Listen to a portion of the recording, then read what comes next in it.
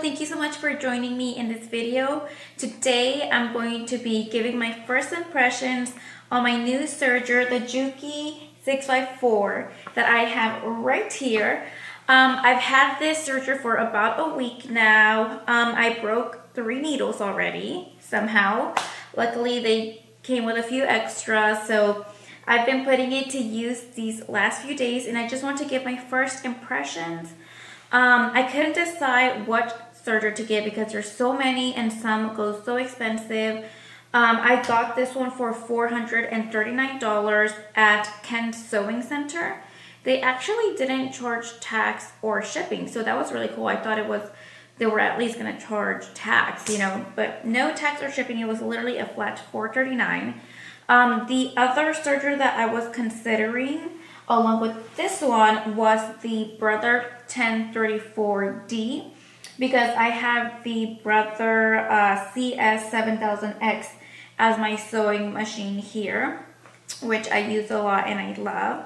And I just couldn't decide. A lot of the videos I watched, they were upgrading from the JUKI 1034D to this one, so I was like, you know what, I might as well go straight to the upgrade. If what if I get the 1034D and then it messes up, or I just want something better and I end up getting this one either way, so I was like, let me just get it. Although part of me still kind of wants the other one, and we'll get into the details why. So let's go ahead and jump into the videos. What are my first impressions so far on this machine? So number one, it's not as hard to thread as you would think that it is. Everybody has this idea that sergers are so hard to thread, they're impossible. They're actually not as bad as you think. You do have to thread 4 different spools here that we have into the machine. So it is a longer process because obviously with a regular sewing machine, we're just threading once and we're done. With the serger, we do have to do 4 times, so it is a little bit time consuming, but I don't think it's hard once you do it. The first day I got it, I threaded it 3 times, and I felt really comfortable with that. And I just threaded today twice because I wasn't sure if it was right or not, because I saw a little crinkle in between my serge, but it looks like that's normal because I have a thread that goes in between. But anyway, it's not hard to thread as much as you think, although you do need a pair of tweezers. That's the only tool that I use, and the machine came with one, so no need to worry about that. It comes with the accessories that you need, at least where I bought it. I don't know if they all come with it, the accessory pack. I assume they would, but yeah. Also, the video that I use to thread my machine, which I found really helpful, is the JUKI home sewing video. So if anybody wants a reference, that's what I used. Another first impression was this machine is so heavy. When I first tried to take it out of the box, I was like, oh god, I need more force to pull it up. It's about 16 pounds, so it's very heavy and very sturdy. It does not move if I kind of nudge it around, whereas my Brother sewing machine, not that these are to be compared, but I just wasn't expecting it to be this heavy.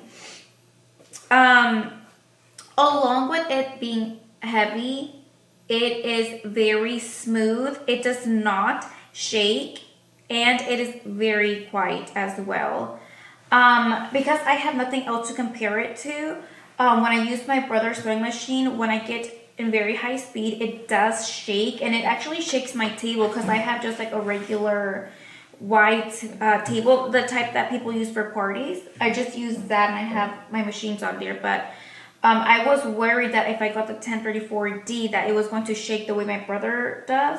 And that was one of the reasons why I chose not to go with that one. But this does not shake. It's the same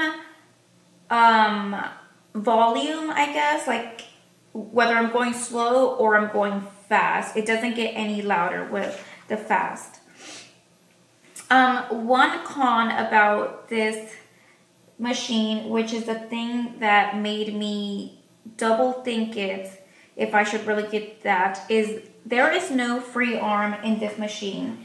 What that means is, for example, a lot of sewing machines and other sergers have this part here. Let me bring my machine that you can detach, and now you can wrap around a pair of pants or a sleeve for the wrist, anything like that. And it ensures that you don't accidentally sew them shut in accident because it's going to be wrapped around. In this machine, unfortunately, there is no free arm. If I open it up, it's just the machine inside, unfortunately. So there's no free arm. A lot of people say that they haven't encountered an issue with it having no free arm. I haven't yet, so luckily a lot of my pants are actually wide leg. So I tried sewing a sample and they're wide enough to where like I'm kind of like just focusing on what I'm doing and the other part is curved to the side and I'm not at risk of sewing over it at all. But I haven't used it long enough to see if it kind of gets annoying or not. So we will see how that goes. One thing that has bugged me a little bit, it's just a little bit different than what I'm used to, is the presser lift for the machine is actually on the left side. So whenever I'm getting ready to sew something, I'm used to my sewing machine, the presser lift being on the right. So I would lift up the presser, fix my machine, put it down. Here I'm having to lift it up with the left hand, fix my machine, put it down. But somehow it feels a bit abnormal for me. I'm not sure what the standard is. Are presser lifts usually in the left or right? I'm not sure. But because I have gotten used to it being where I can easily grab it with my right hand, I have found that I am getting used to that. And it's not in a place where I can, put my left hand or my right hand. Because when I was reading that, I was like, oh, maybe I can just get it with my right hand. But no, this is what I would have to do with my right hand to grab it. I definitely need to go with the left hand. So that's one thing that is just taking a little bit of getting used to. I also noticed that I don't always have to lift up the presser foot. I can just align the fabric here, and once I start sewing, the feed dogs push it back. So it's not as big as an issue as I thought it would be, but every now and then if I do lift it up, I would just notice that like I would kind of struggle to keep the fabric here because somehow I'm not used to doing it with my right. But I think that's something that can definitely be learned. So I don't think that is like a make or break, if you will. Okay, one thing that really made me consider the 1034D is the 1034D actually lifts the presser foot for the 1034D actually lifts a tad bit higher than this one does. Let me actually get the exact millimeters. So the JUKI 654 actually lifts to 5 millimeters, whereas the Brother 1034D lifts to 6 millimeters. So that was something that I was like, But then at the same time, this one can handle heavyweight fabric. So I was like, maybe it kind of evens out, because that one doesn't take heavy weight as well as this one.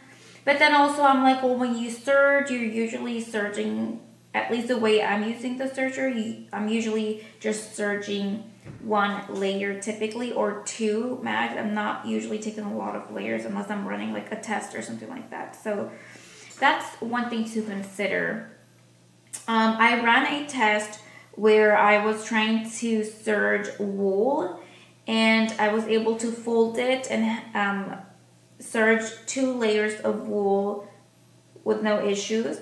But when I folded that again and was going to serge over 4 layers, my needle broke. So, but then I was like, when am I actually gonna have to serge that thick of a fabric, So, and then even if I did, I don't think I would serge more than 2 layers. So what does that fabric even need serging? But, you know, just kind of saying like thick fabrics like that.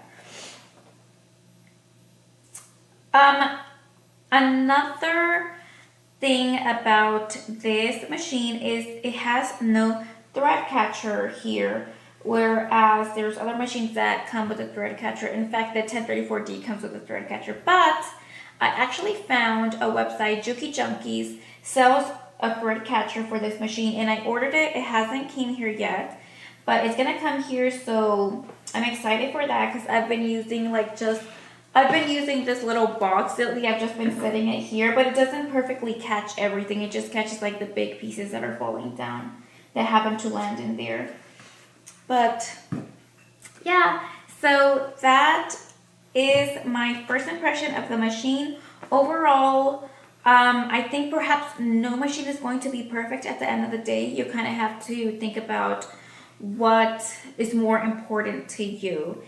And in my case, I just wanted to not struggle with shaking. I wanted it to feel smooth and sturdy and hopefully last a long time. A lot of people have had these for like at least a decade is what I've seen people have this machine. Quickly, I'm just going to mention the manual. I have the manual here. I actually don't really like the manual because it has a few different languages combined. So instead of having like a different manual for each language, or maybe having, you know, first few pages for one language and the next page is another language, it's all combined. So when it talks about one step, it'll have it in one language, then the other, then the other. So it kind of gets a little bit confusing having to skim through, find your language, and then read it, then go through the other paragraphs, make sure it's not in English, then go to the other one. So that has been a little bit annoying. And quickly, just want to mention, this is the accessory box that I got. So the main things that I have used from here, I already used the needles. I used 3 of them already. The thread tweezers I have used. They are actually so handy. I can't believe I haven't had any thread tweezers before. And this is what I used to change the needles. So I've used this already. And I haven't used this yet, but I used it in my school. I actually have been enjoying sewing so much that I enrolled in class, so I was able to use that. And it has some like spool tops in case you use regular spool. Some little mesh here. A little device to oil the machine. A needle threader. And I have no clue what this is. I haven't used it yet. But, oh, it looks like it might be or something. I'm not sure, but that is it. And, of course, something to clean the machine with. So, let's go ahead and I'm going to actually serge a sample here. And let's get a little bit more of a close-up with the machine. Alright, I have my sample here that I'm going to serge.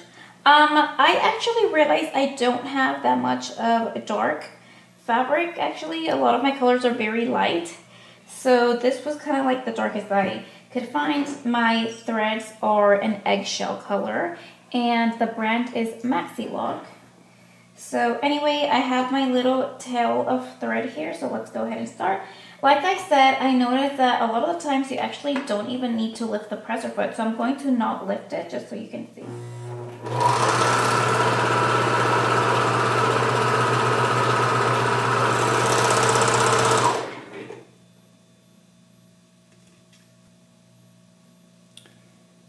So this is what the serged edge is looking like right after the machine.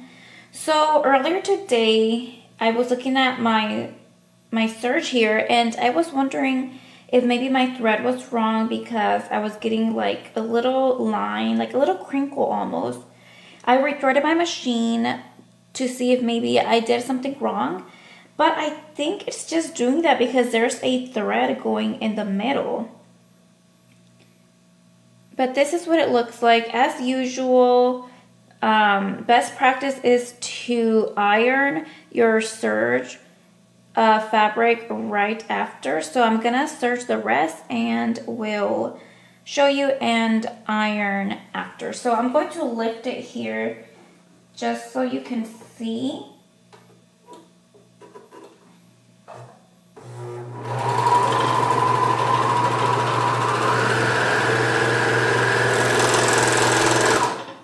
There, I was going full speed so that you can hear.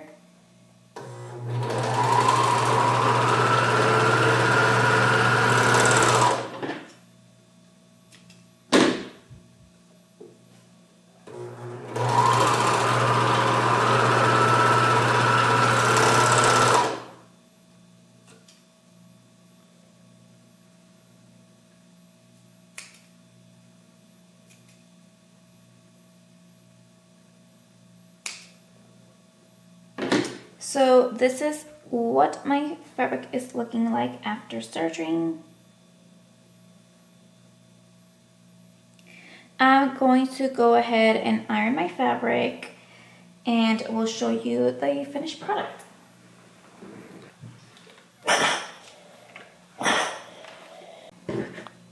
And here is how it is looking after ironing.